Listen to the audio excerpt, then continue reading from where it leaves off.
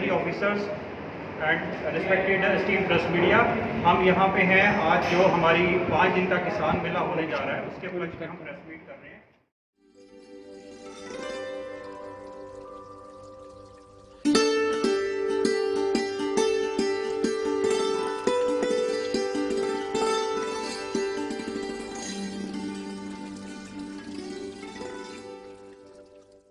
इस बार जो हमारा मेला है ये उत्तर भारत रीजनल एग्जीबिशन है और इसमें जो है 6-7 राज्यों के किसान भाई भाग ले रहे हैं और राज्यों से भी आ सकते हैं।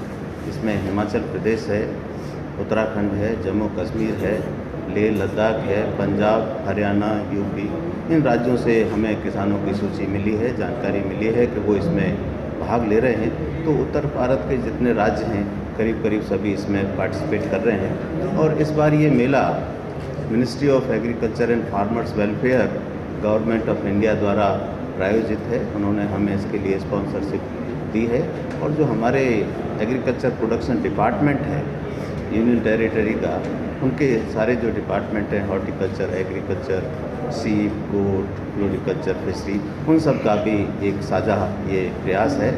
और ये 7 तारीख से 11 तारीख तक मेले का आयोजन किया जाएगा। इसमें पहले 2 दिन एक इनोवेटिव फार्मर्स की कॉन्फ्रेंस होगी।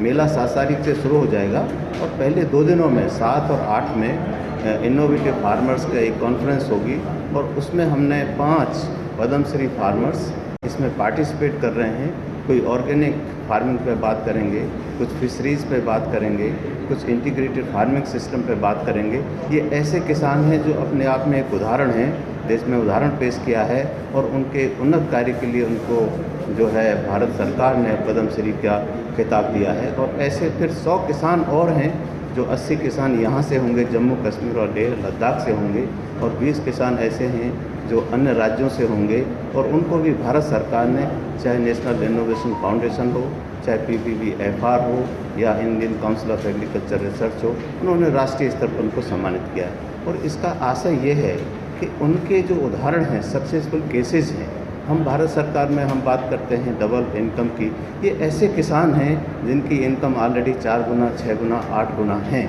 तो हम चाहते हैं कि उनके जो सक्सेसफुल एक्सपीरियंसेस हैं हमारे अन्य किसान जो इस मेले में आ रहे हैं, हज़ारों किसान, उन तक कैसे पहुँचे, इस आशय से 2 दिन का। और इस 2 दिन में सिर्फ हमारे किसान भाई अपने जो आइडियाज़ हैं, एक्सपीरियंसेज हैं, वो शेयर करेंगे और सारे वैज्ञानिक और अन्य किसान उनको हम सुनेंगे और उनको इस मौके पे हम जो है सम्मानित भी करेंगे। दूसरा, ये जो मेला है अपने आप में एक तरह से सबका मेला है।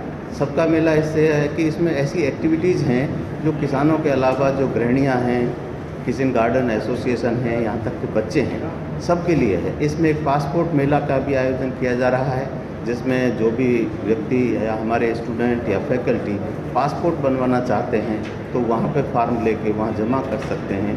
आपको पता है कि कितनी दिक्कत होती है पासपोर्ट बनवाने में, तो ये सहायता वहीं पर कैंपस में ही उपलब्ध होगी। दूसरा, ये बच्चों के लिए, जैसे हमारे ग्रामीण खेल कूद हैं वो लुप्त होते जा रहे हैं, उनको हम जानते नहीं हैं। नए खेलों में तो ठीक है, आगे प्रचलन हो रहा है, लेकिन पुराने जो ग्रामीण खेल कूद हैं उनका भी यहाँ पर आयोजन किया जा रहा है। एक ये कृषि जिसमें वेटनरी भी शामिल है, फिशरीज भी शामिल है, इसका क्या महत्व है इस एजुकेशन का, क्या इसमें संभावनाएं हैं, क्या अपॉर्चुनिटीज़ हैं, इसके बारे में एक सम्मेलन किया जाएगा।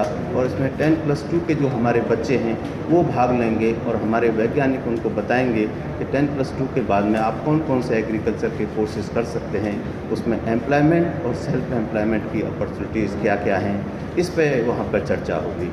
2 दिन इसमें एनिमल शो होगा, जिससे जो गाय हैं या भैंस हैं या और भी जानवर हैं उनकी उन्नतशील जो जातियां हैं, प्रजातियां हैं, उनका यील्ड पोटेंशियल कितना है। अच्छी चीज़ ये है, मेले में सिर्फ इंडस्ट्री नहीं है, प्राइवेट ऑर्गेनाइजेशन भी हैं, पब्लिक ऑर्गेनाइजेशन भी है, सेल्फ हेल्प ग्रुप भी हैं और सबसे बड़ी संख्या में किसान भाई जिन्होंने अपना उत्पाद करके उसमें वैल्यू एडिशन किया है, प्रोसेसिंग की है, ब्रांडिंग की है, पैकेजिंग की है, वो भी इसमें भाग लेंगे। मेले में हर दिन एक किसान गोष्ठी का आयोजन किया जाएगा, जिसमें ऑडिटोरियम में हमारे जो किसान भाई हैं वैज्ञानिकों से वार्तालाप करेंगे। जो भी उनकी प्रॉब्लम है उसको हम जो है किसानों की जो प्रॉब्लम्स को हमारे वैज्ञानिक एड्रेस करेंगे। और एक और बी कीपिंग का, मधुमक्खी पालन का बी बोर्ड की सहायता से, बी बोर्ड के माध्यम से जो दिल्ली में है, कृषि मंत्रालय के अंतर्गत आता है, एक दिन का सम्मेलन मधुमक्खी पालन पर किया जाएगा।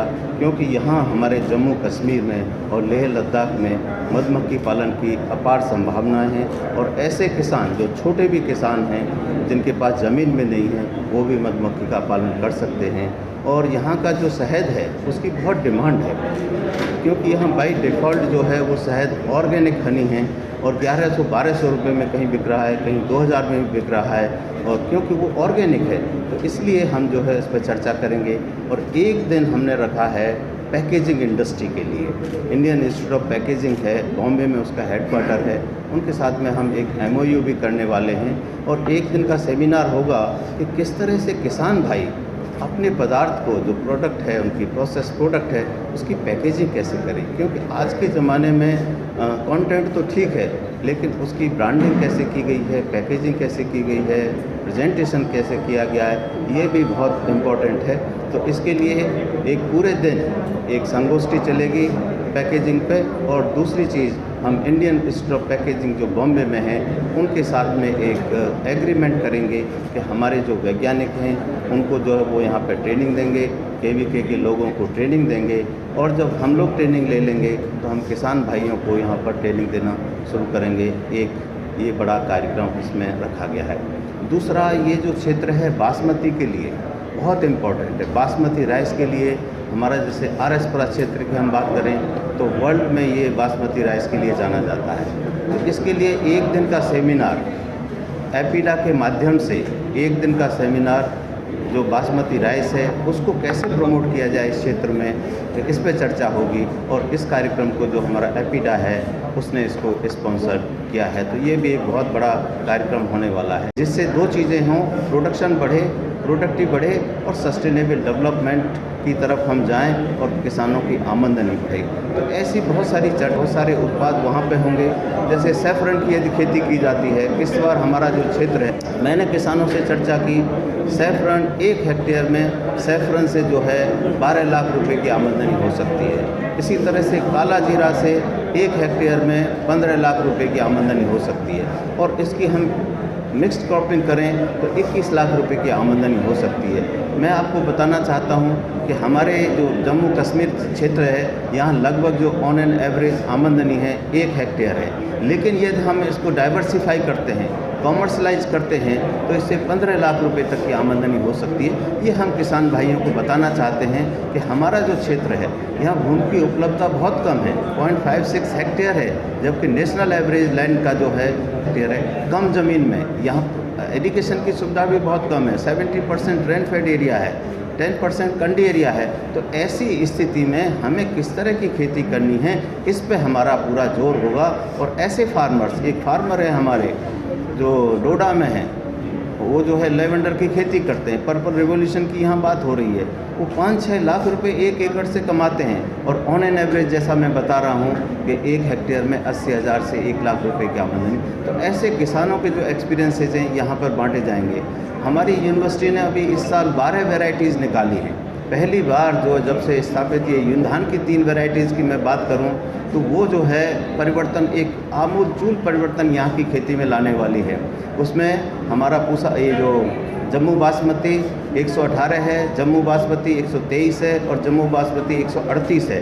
इसमें खासियत ये है ये बासमती वैरायटीज़ में कि ये जो 370 हमारी वैरायटी थी बासमती का, एक इसका बहुत बड़ा ये जो है अल्टरनेटिव हमने हमारे वैज्ञानिकों ने दिया है। ये 15 से 20 दिन पहले पक जाती है और किस्मों से, जिससे राइस वीट सिस्टम में ये फिट हो जाती है।